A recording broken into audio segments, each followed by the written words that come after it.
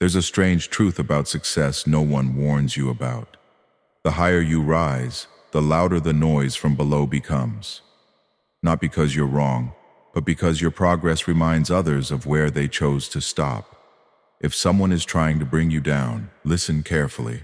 That effort alone reveals something important. They are already standing beneath you. People attack what they can't become because your progress silently exposes the life they avoided living. When someone sees you moving forward with discipline, clarity, and purpose, it forces them into an uncomfortable confrontation with themselves. Your growth becomes a mirror, and not everyone likes what they see reflected back. Instead of asking what they could change, they choose the easier path: criticism. Attacking you allows them to momentarily escape the weight of their own unrealized potential. It's not your success that angers them, it's the reminder that they once had the same chances, the same time, the same raw ability, and made different choices. When a person abandons their dreams, they don't always let them go peacefully. Those dreams turn into quiet regrets, buried deep beneath routine and distraction. Seeing someone else chase what they gave up reopens that buried discomfort. Your commitment disturbs their sense of emotional balance. Rather than admitting fear, hesitation, or lack of discipline, they reshape the narrative in their favor. They label your ambition as arrogance, your confidence as ego, your consistency as obsession. This reframing protects their self-image while allowing them to stay exactly where they are. Attack becomes a defense mechanism. By tearing you down, they attempt to lower the standard you represent. If they can convince themselves that your path is flawed, unnecessary, or unrealistic, they no longer have to confront why they didn't take it themselves. It's easier to question your motives than to question their own courage. It's easier to mock the climb than to admit they never stepped onto the mountain. In this way, criticism becomes a shield against personal accountability. People who are becoming something don't have the energy to attack. Growth demands focus, humility, and patience. Those qualities leave little room for resentment, but stagnation breeds comparison, and comparison breeds bitterness. When progress feels out of reach, pulling someone else back feels like control. It creates a false sense of superiority, a brief illusion of power. Yet beneath that behavior is a quiet awareness. They recognize something in you that they failed to cultivate in themselves. Your movement unsettles their stillness. Your persistence challenges their comfort. Your refusal to settle reminds them of the version of themselves they once believed they could be. Criticism is often a confession of insecurity because it reveals more about the speaker than the target. When someone feels secure in who they are and where they are going, they have little need to dissect, judge, or diminish others. Their energy is invested inward, toward growth and refinement. But insecurity looks outward for relief. It searches for flaws in others as a way to silence the unease within.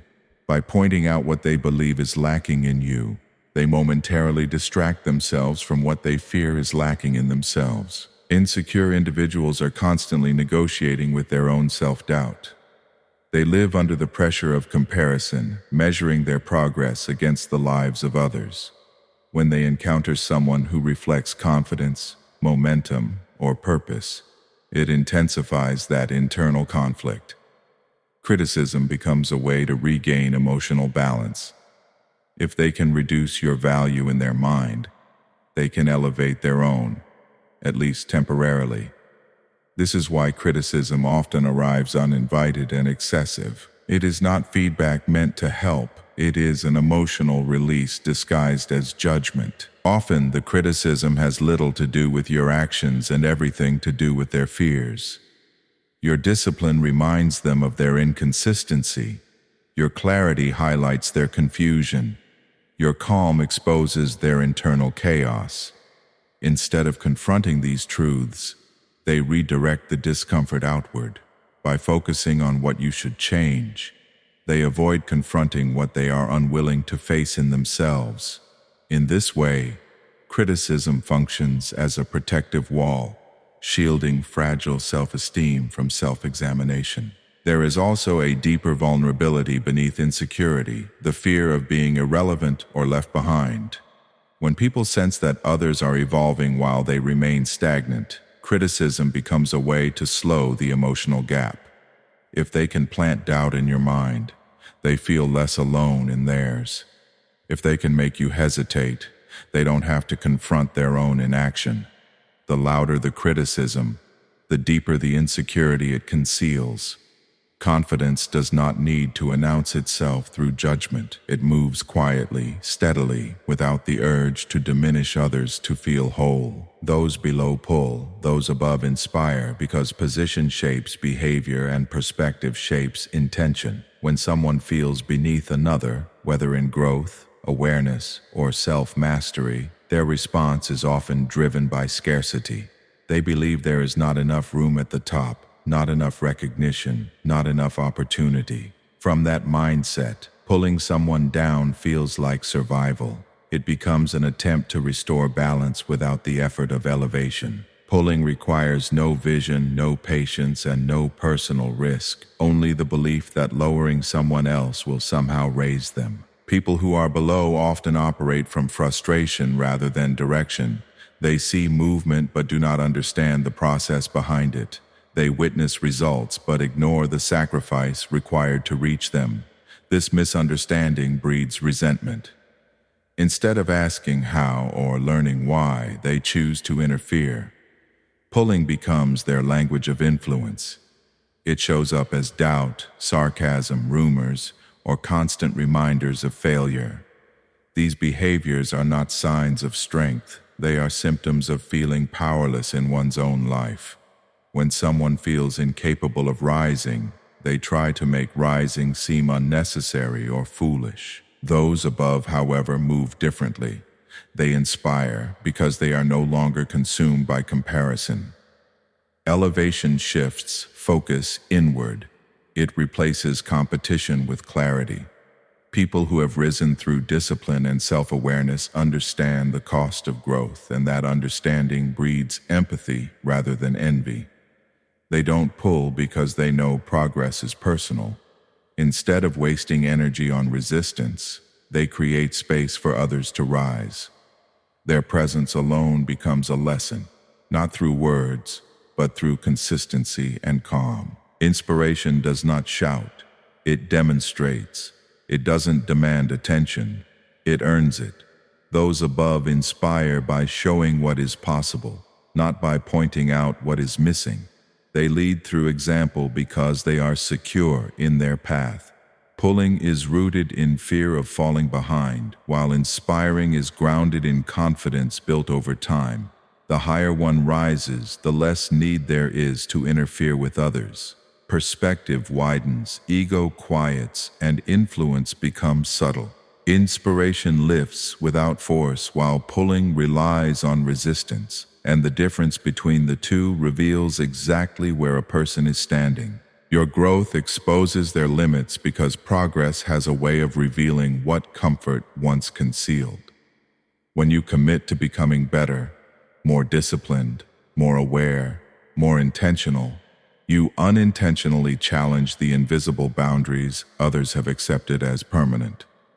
Your evolution highlights the fact that many limits are not imposed by circumstance, but by choice. For those who have grown comfortable inside self-defined walls, watching someone step beyond them creates unease. It forces a comparison they didn't ask for, but cannot ignore. Limits often feel safer when everyone around shares them. They become normalized, justified, even defended. But growth disrupts that agreement. When you move forward, you break the unspoken rule that says, "This is as far as we go." Your consistency questions their excuses. Your willingness to change confronts their attachment to familiarity. Suddenly, what they believed was impossible appears achievable, and that realization is deeply unsettling.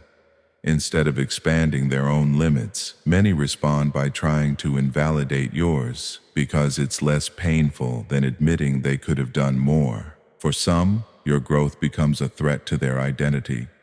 They built their sense of self around certain narratives, how far they could go, what they were capable of, why they stopped trying. Your progress challenges those stories. It suggests that effort matters, that discipline compounds, that transformation is available to those willing to endure discomfort. This creates internal tension. To reduce it, they may downplay your achievements or question your motives. By shrinking your growth in their mind, they protect the boundaries they are not ready to cross. Growth also exposes emotional and mental ceilings. As you develop resilience, patience, and self-control, the contrast becomes clear. You respond where they react. You persist where they retreat. You adapt where they resist. These differences are not accusations, but they feel like them to those who are not evolving. Your presence becomes a silent reminder of untapped potential and postponed courage. That reminder can inspire some, but for others, it provokes defensiveness. Not because you are doing something wrong, but because your growth quietly reveals the limits they chose not to challenge. Silence is power when you are rising because growth requires focus, and focus cannot survive in constant noise. When you are building something meaningful, strength, clarity, discipline, purpose, every unnecessary explanation becomes a distraction. Silence protects your momentum. It allows your energy to be invested in action rather than reaction. Speaking too much while rising invites opinions, doubts, and interference from those who do not understand the process. Silence creates a boundary between your inner work and the external world. As you rise, not everyone deserves access to your thoughts, your plans, or your struggles. Silence is not weakness or avoidance. It is discernment. It allows you to move without carrying the emotional weight of other people's projections. When you stop explaining yourself, you stop negotiating your direction. You no longer feel the need to convince, defend, or justify. This preserves mental clarity and strengthens self-trust. The quieter you become, the more intentional your actions grow, and intention is what turns effort into progress. Silence also denies others the reaction they often seek. When people attempt to provoke, criticize, or undermine, they are usually searching for confirmation of their influence. Responding gives them presence in your journey. Silence removes them from it. It shifts the dynamic of power. Instead of being pulled into emotional exchanges, you remain grounded in your purpose. Your lack of response becomes a message louder than words. It communicates confidence, stability, and self-control without confrontation. When you are rising, silence allows results to speak in your place. Progress does not need commentary. It reveals itself over time through consistency and outcomes. Those who are truly advancing understand this. They recognize that noise is often a substitute for substance. By choosing silence, you align yourself with patience rather than urgency, depth rather than display. Silence gives your growth room to mature without pressure. It keeps your vision intact while the world catches up to what you are becoming. Elevation changes perspective, not ego, because true growth refines awareness rather than inflating identity. When someone rises through effort, discipline, and self-reflection, they begin to see more clearly, not more arrogantly. Elevation widens the view. It reveals patterns, consequences, and connections that were invisible from lower ground. This expanded perspective reduces the need for ego because understanding replaces insecurity. The higher the awareness, the less there is to prove. Ego thrives on comparison, but perspective dissolves it by showing how small and temporary most conflicts truly are. As elevation increases, priorities shift. What once felt urgent now feels trivial. Approval loses its grip. Validation becomes unnecessary. This is not because the person feels superior, but because they understand the cost of distraction. Elevated perspective recognizes that energy is finite, and wasting it on ego-driven battles leads nowhere. Instead of reacting emotionally, there is space to respond thoughtfully or not at all. This restraint is often misunderstood as detachment, but it is actually clarity earned through experience. True elevation also brings humility, not pride. Seeing more of the landscape reveals how much remains unknown. The higher one rises, the more aware they become of the vastness beyond their current position. This awareness softens judgment and deepens patience. It replaces the need to dominate with the desire to understand. Ego demands recognition. Perspective invites reflection. Elevated individuals do not need to announce their growth because they are grounded in it. Their confidence is quiet, stable, and internal.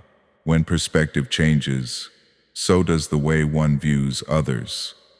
Instead of seeing threats or competition, there is recognition of different stages of development. Judgment fades, replaced by empathy or indifference. Elevation does not make one look down on others. It makes them see beyond surface behavior into underlying struggle, fear, or limitation. This shift is what separates ego-driven success from meaningful growth. Ego wants to stand above others, but perspective simply allows one to see farther. Rise without noise. Let your progress answer what words never could. Those who pull reveal where they stand. Those who keep climbing outgrow the reach of doubt.